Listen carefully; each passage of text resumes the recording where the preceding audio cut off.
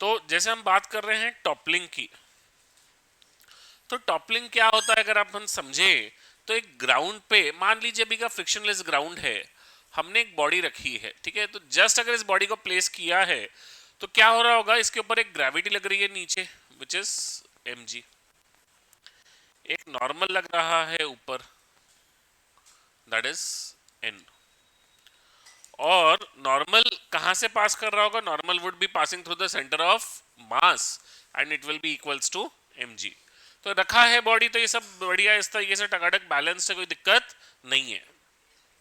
अब आपने क्या किया, आपने डिसाइड किया कि मैं ये डब्बे को यहां से पुश कर रहा हूं, तो जैसे ही आप ये डब्बे को यहां से पुश करेंगे क्या होगा, फ्रिक्शनलेस सरफेस है,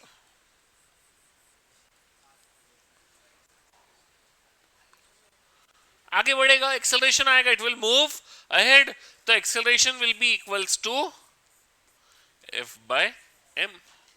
कोई किसी को बुरा लग रहा है क्या इसमें, ऑब्वियस है, कोई डब्बा है एम मास का, एक्सेलरेशन एफ से पुश किया, एक्सेलरेशन क्या आएगा, एफ बाय एम, क्योंकि कोई फ्रिक्शन कोई रेजिस्टेंस नहीं है।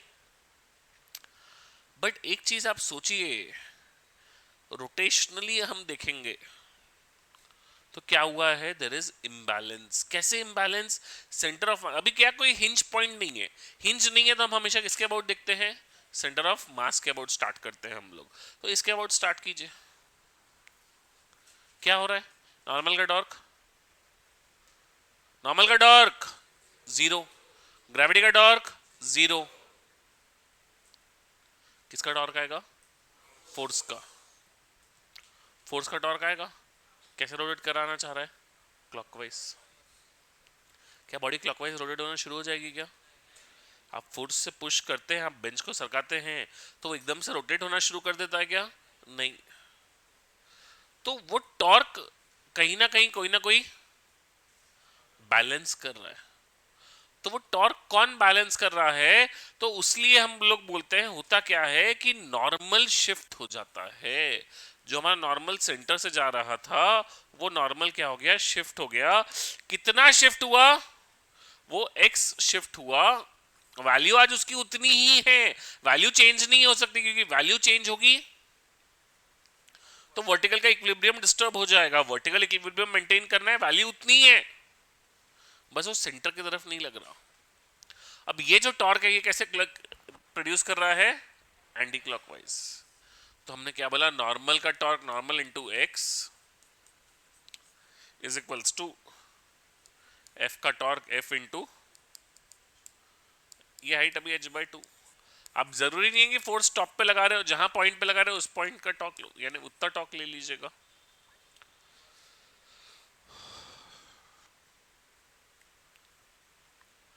क्लियर है क्या सबको, पक्का, तो normal into X is equals to F into H by two. Clear है सबको, पक्का। तो अब क्या होगा, आप सॉल्व करेंगे, एक आप फोर्स लगा रहे हैं कुछ तो भी, उसको पुट करेंगे वहां पे, तो एक करस्पॉन्डिंगली क्या निकलेगा, एक्स निकलेगा। अब होगा क्या, एक्स की भी एक लिमिट है, जब एक्स इस बी बाय टू से ज्यादा हो जाएगा तो क्या नॉर्मल बॉडी के बाहर लग सकता क्या, नहीं, तो वो पॉसिबल नहीं है, तो क्या होगा वो समझने के पहले एक बार सोच के देखो, ये एक्चुअली अगर आप प्रैक्टिकली इमेजिन करो, आपने ये कहीं ना कहीं ऑब्जर्व किया होगा, आप कोई चीज को पुश करते हैं, पीछे से ऊपर से पुश कर रहे हैं, पीछे से पुश कर रहे हैं, आगे वाला एंड है ना थोड़ा सा ज्यादा जमीन को प्रेस करके रखता है, नीचे वाला एंड का जमीन से कांटेक्ट थोड़ा सा कम फील होता है, कभी आप पुश करके देखो, इमेजिन करके देखो, तो वो आगे वाला ऐसे नीचे थोड़ा सा हुआ हुआ लगता है, ये वाला थोड़ा सा, यानी ऐसा नहीं बोल रहा हूँ कि मैं जमीन से कांटेक्ट छूट गया है, इसका आज जमीन से कांटेक्ट छूट गया तो अलग ही केस हो गया, जमीन से कांटेक्ट नहीं भी छूटा है तब भी क्या होता है, इस तरफ से जो बॉडी है वो जमीन को ज्यादा प्रेस करेगी, इधर से जो है वो थोड़ा सा कम प्रेस करेगी, इसके लिए नेट नॉर्मल क्या हुआ है, सेंटर से राइट में शिफ्ट हुआ है। अगर फोर्स नहीं था तो जितना इधर से प्रेस कर रहे थे, इधर से भी mg बाई टू लग रहा था, तो इधर से भी क्या लग रहा था, mg बाई टू। अब क्या हो गया कि अगर mg इधर लग रहा मतलब इधर से mg बाई टू लग रहा है, और इतने पूरे पार्ट में मिला के mg बाय टू लग रहा है, ठीक है। तो ये तो प्रैक्टिकली हम लोग थोड़ा सा इमेजिन करेंगे तो फील भी आएगी हम लोगों की, हाँ ऐसा होता है। अब दूसरा हम लोग बोल रहे थे कि भाई ये शिफ्ट होते होते होते होते यहाँ एक्सट्रीम पे पहुंच गया। अभी भी आपका फोर्स का टॉर्क, आपने फोर्स बढ़ाया तो फोर्स का टॉर्क क्या हो गया, और बढ़ गया। अब अगर फोर्स का टॉर्क बढ़ गया तो उस टॉर्क को बैलेंस करने के लिए नॉर्मल बढ़ सकता क्या, नहीं। नॉर्मल शिफ्ट हो सकता क्या, नहीं। मतलब इस टॉर्क को कोई बैलेंस नहीं कर सकता, तो बॉडी क्या करने शुरू कर देगी, ये ऐसे थी तो ये ऐसे क्या करेगी, यहां से उठना शुरू कर देगी, ठीक है। तो that is called as toppling. दे बेटा बुक दे।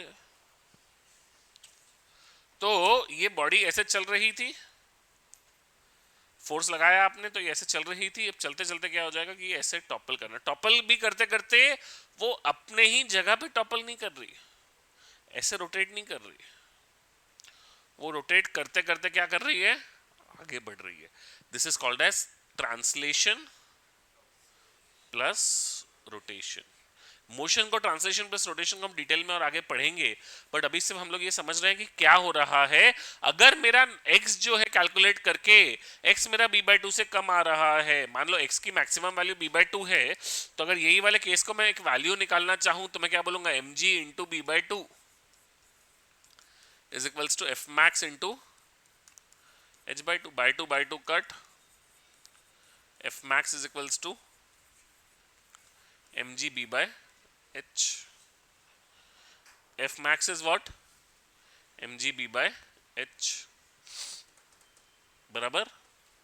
अब mg b/h का आपका मैक्सिमम फोर्स, अगर आपका फोर्स mg b/h से ज्यादा हो जाएगा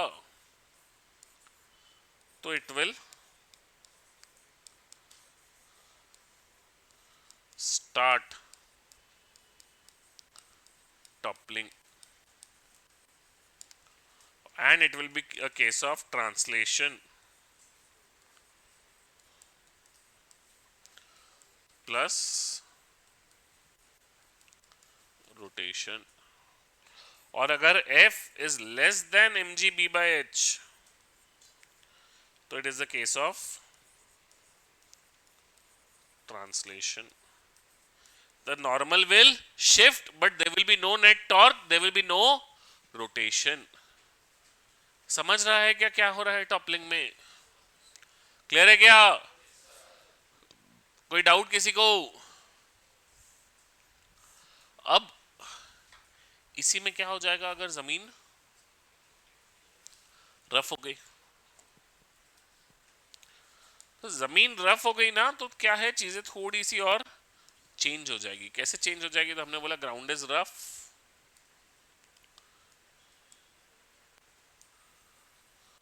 तो हमारी ये बॉडी है रफ ग्राउंड पे रखी हुई है।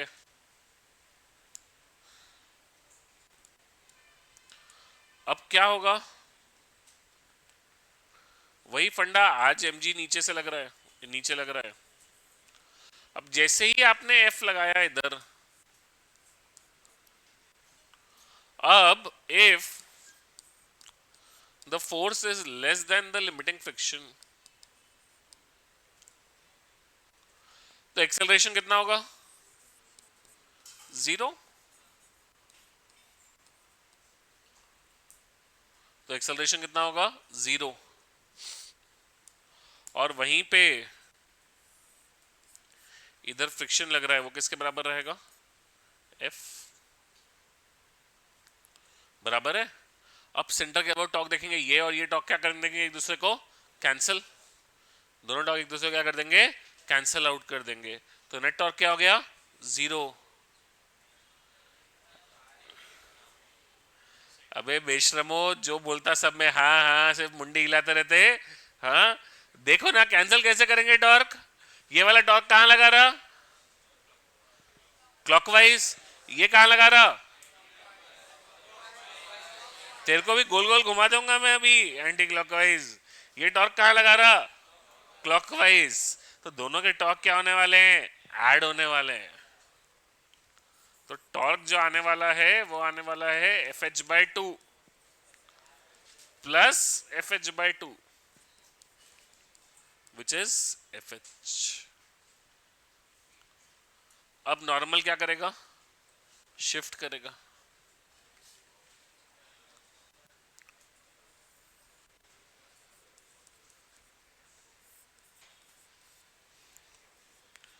Minus N x. एक्स की मैक्सिमम वैल्यू कितनी है? B by two. तो F max is equals to m G B by two h. तो अगर फोर्स लिमिटिंग फ्रिक्शन से कम है तो एक्सेलरेशन जीरो है, इसमें तो कोई डाउट नहीं है। अब उसमें भी अगर M G B by two H से भी कम है तो क्या करेगा?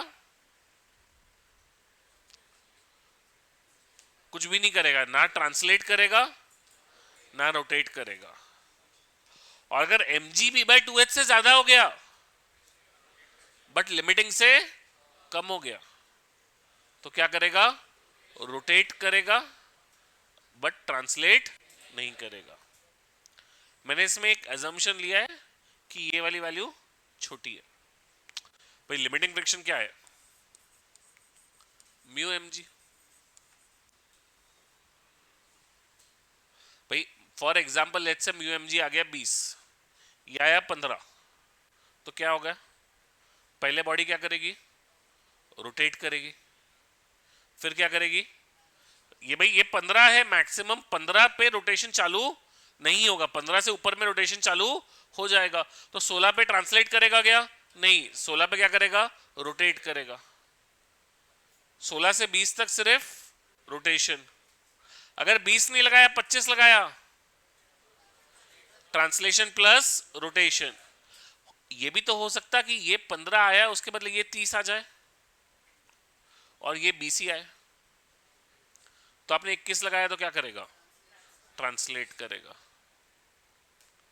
रोटेशन नहीं होगा। बट जब आप 30 के ऊपर जाएंगे तो ट्रांसलेशन और रोटेशन दोनों हो सकते हैं। तो आपको सवाल किस तरीके से आते हैं? एक तो कि भाई पहले ट्रांसलेशन होगा कि पहले रोटेशन होगा। तो ट्रांसलेशन की कंडीशन क्या है होने के लिए? म्यू एम जी से कंपेयर करना है। रोटेशन की कंडीशन क्या है?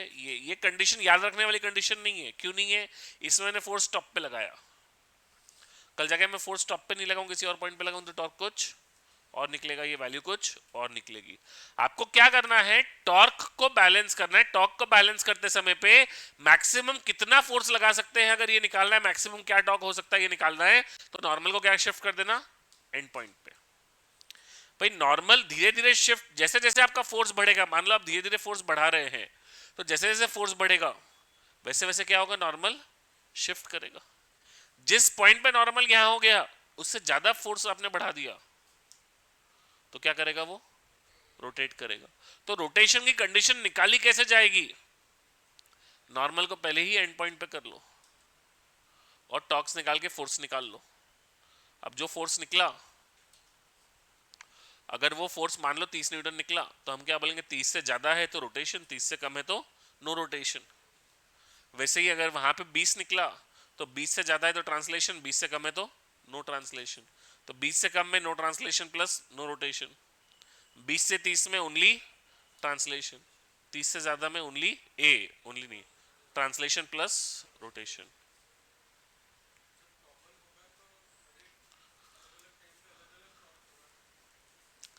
हम लोग हम लोग क्या है, टॉप मोस्ट ने किसी भी पॉइंट पे लगाएगा तो समय के साथ तेरा टॉक्स चेंज होंगे। बट हम लोग for a period of time बात ही नहीं कर रहे हैं। हम कब शुरू होगा उस मोमेंट की बात कर रहे हैं। You are talking about that moment specifically, you are not talking about our period of time for toppling. उस मोमेंट पे टॉपल होना शुरू हो रहा है, और एक बार टॉपल होना शुरू होगा तो फिर वो टॉपल तो होगा ही पूरा। वो बीच में टॉपलिंग रुक जाए ऐसा नहीं हो सकता। बट जो आपका कंसर्न है कि यस अल्फा चेंज हो जाएंगे वगैरह, तो यस अल्फा वगैरह सब चेंज हो जाएंगे। अल्फा हर समय पे चेंज होगा, कांस्टेंट नहीं रहेगा। वो कैसे करेंगे हम लोग, वो थोड़ा सा पढ़ेंगे हम लोग भी, but that would come towards the end of the chapter जो सोच रहे हैं आप। क्योंकि क्या होगा, इवन एफ का ही डिस्टेंस नहीं चेंज होगा, यानी एक्सिस से डिस्टेंस एफ का ही चेंज नहीं होगा, नॉर्मल का भी चेंज होगा। क्योंकि बॉडी जब ऐसे थी, बुक दे, जब आपकी बॉडी ऐसे यहाँ पे थी, ये सेंटर ऑफ मास था। अब जब आप इसके बाद रोटेट कर रहे हो तो क्या हो रहा है? चेंज हो रहा है ना। एम जी का भी ये नहीं, सेंटर के अबाउट लेंगे तो एमजी का डॉग नहीं आएगा, बट नॉर्मल का डॉग चेंज होगा। नॉर्मल तो कैसे लगने वाला है? नॉर्मल तो ऐसे ही लगने वाला है कि कॉन्टैक्ट कैसे है, ऐसे, तो नॉर्मल तो ऐसे ही लगने वाला है। बराबर है। वैसे उस केस में टॉर्क हम लोग सेंटर के अबाउट फिर बैलेंस नहीं करते, उस समय पे हमारा एक्सेस ऑफ वो हम लोग आएंगे उसके ऊपर और उन चीज़ों पे, बट वैसे उस केस में हमारा एक्सेस ऑफ रोटेशन क्या हो गया, ये, तो हम इसके अबाउट टॉर्क बैलेंस करते हैं। ठीक है, क्योंकि इसके अबाउट क्या करने वाला है, वो रोटेट करने वाला है। नोट करिए।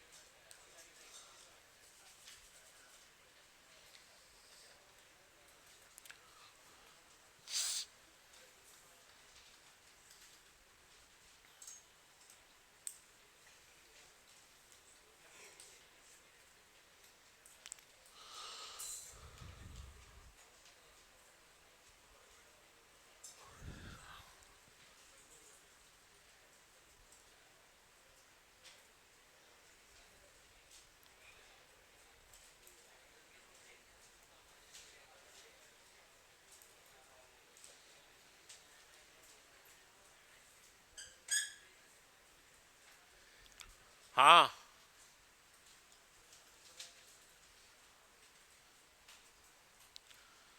लिख लीजिए इसमें, इसकी रामायण थोड़ी सी नोट करा देता हूं मैं।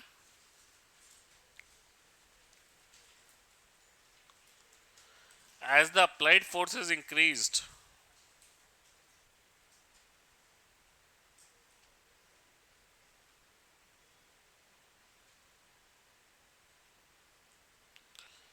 as the applied force is increased,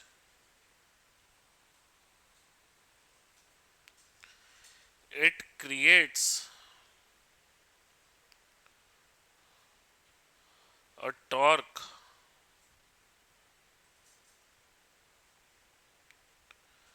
which tries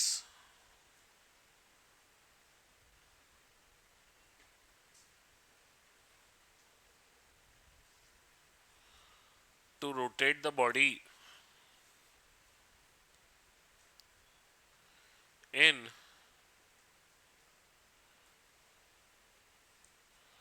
clockwise direction.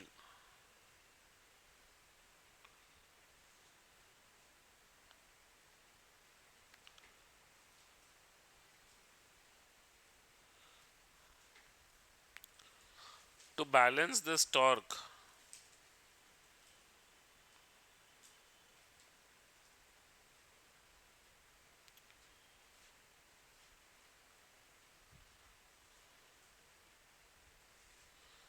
the normal will shift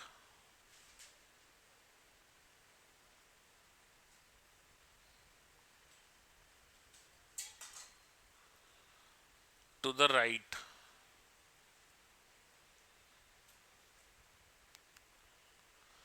and produce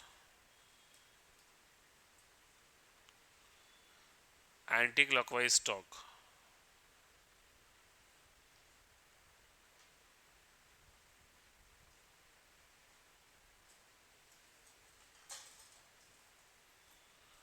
And produce anti-clockwise torque.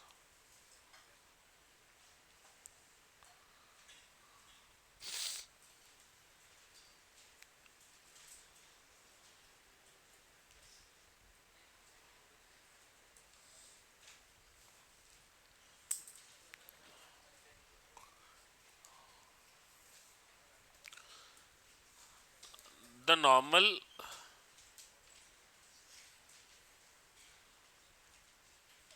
can shift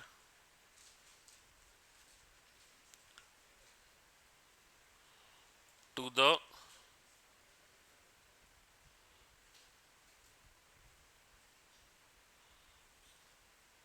other end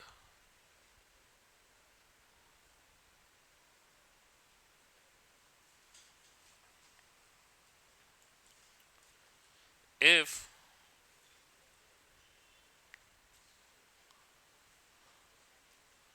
the torque due to the external force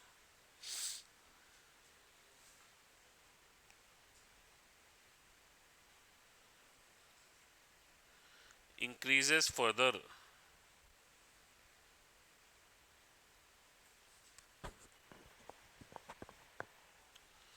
If the torque due to the external force increases further,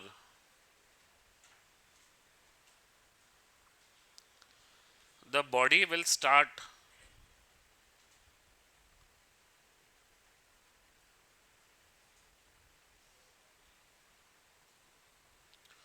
toppling.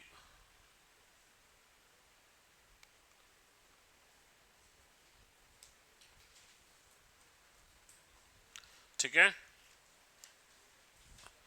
Note कीजिए इसको।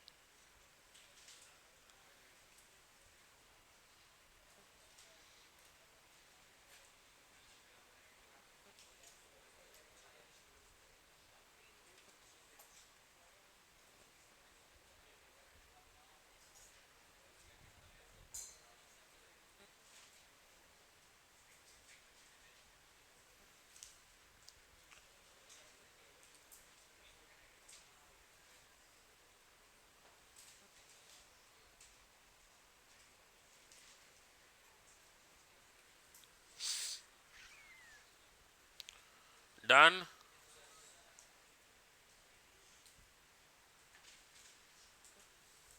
क्या हुआ?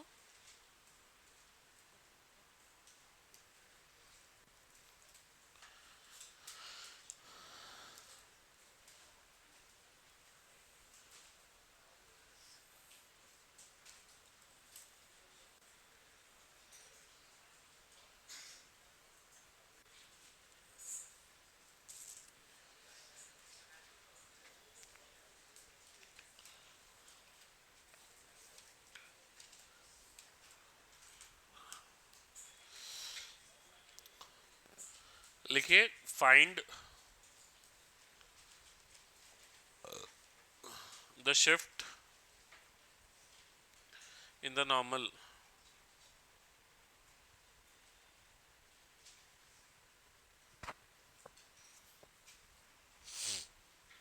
find the shift in the normal if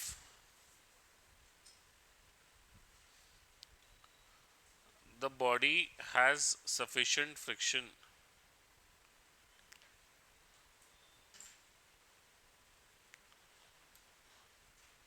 to stop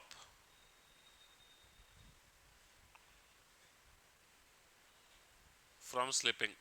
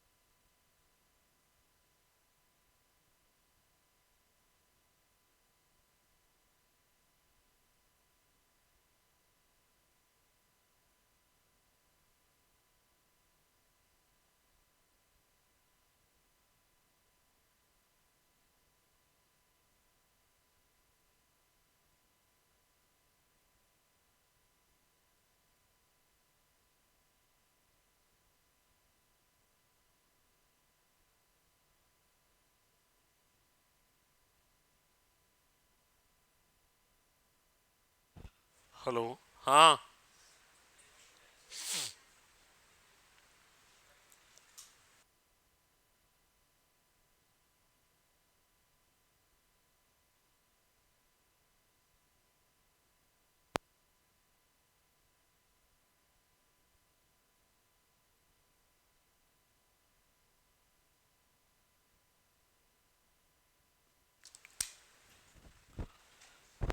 hello. हाँ। तो क्या हो जाएगा? देखिए ये एम जी साइन थीटा तो इधर लग रहा है, इसको बैलेंस करने के लिए फ्रिक्शन कहाँ लगेगा? नीचे पीछे लगेगा एम जी साइन थीटा। इधर क्या लग रहा है? M G cos theta.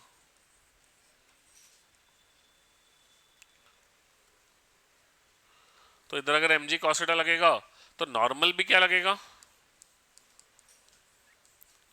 M G cos theta.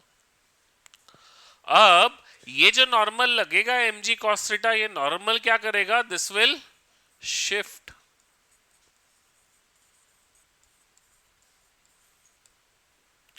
ये जो नॉर्मल लगाया है mg cos theta, this normal will shift. Where will it shift actually? ये जो टॉर्क है ये कैसा लगा रहा है? Anti clockwise. हमें कैसा चाहिए टॉर्क? क्लॉकवाइज. तो ये नॉर्मल जो है ये ऊपर नहीं शिफ्ट करेगा, ये शिफ्ट करेगा नीचे. अब ये शिफ्ट करके मैक्सिमम कहां शिफ्ट कर सकता है? एंड पॉइंट पे. जब एंड पॉइंट पे आ गया तो हम लोग क्या बोलेंगे? mg cos theta into b/2 is equals to mg sin theta का टॉर्क क्या हो गया?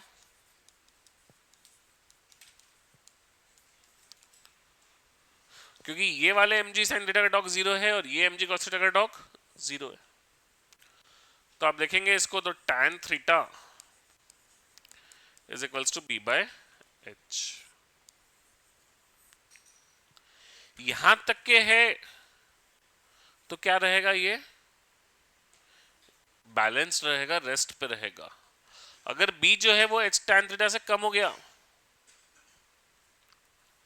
तो क्या करेगा? ये बॉडी पड़े पड़े ही टॉपल कर जाएगी. अब देखिए, ऑब्जर्व करके देखिए, सोचिए कोई अगर आपके पास इंक्लाइंड प्लेन है, इस इंक्लाइंड प्लेन पे कोई अगर ऐसी चीज रखी है आपने जिसकी विड्थ है, हाइट कम है, ठीक है, तो वो पड़े रहेगी लगे तो. बट कोई चीज ऐसी रखी जिसकी विड्थ कम है, हाइट ज्यादा है, तो क्या होगा? वो ऐसे रखा मैंने तो क्या होगा? गिर जाएगी.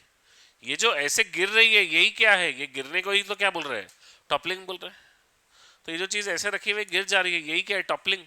क्यों टॉपल कर रहा है? क्योंकि बी कम है, एच ज्यादा है. उसमें हमने ये मान लिया कि फ्रिक्शन सफिशिएंट है नीचे जाने से रोकने के लिए, तो फ्रिक्शन के बिना रुका हुआ तो है, बट विड्थ अगर कम रही तो वो क्या करेगा? टॉपल कर जाएगा. विड्थ कम नहीं रही, विड्थ सफिशिएंट रही तो वो क्या रहेगा? वहीं के वहीं जगह पे खड़ा रहेगा. क्लियर है क्या सबको? चलिए, बहुत ही बढ़िया.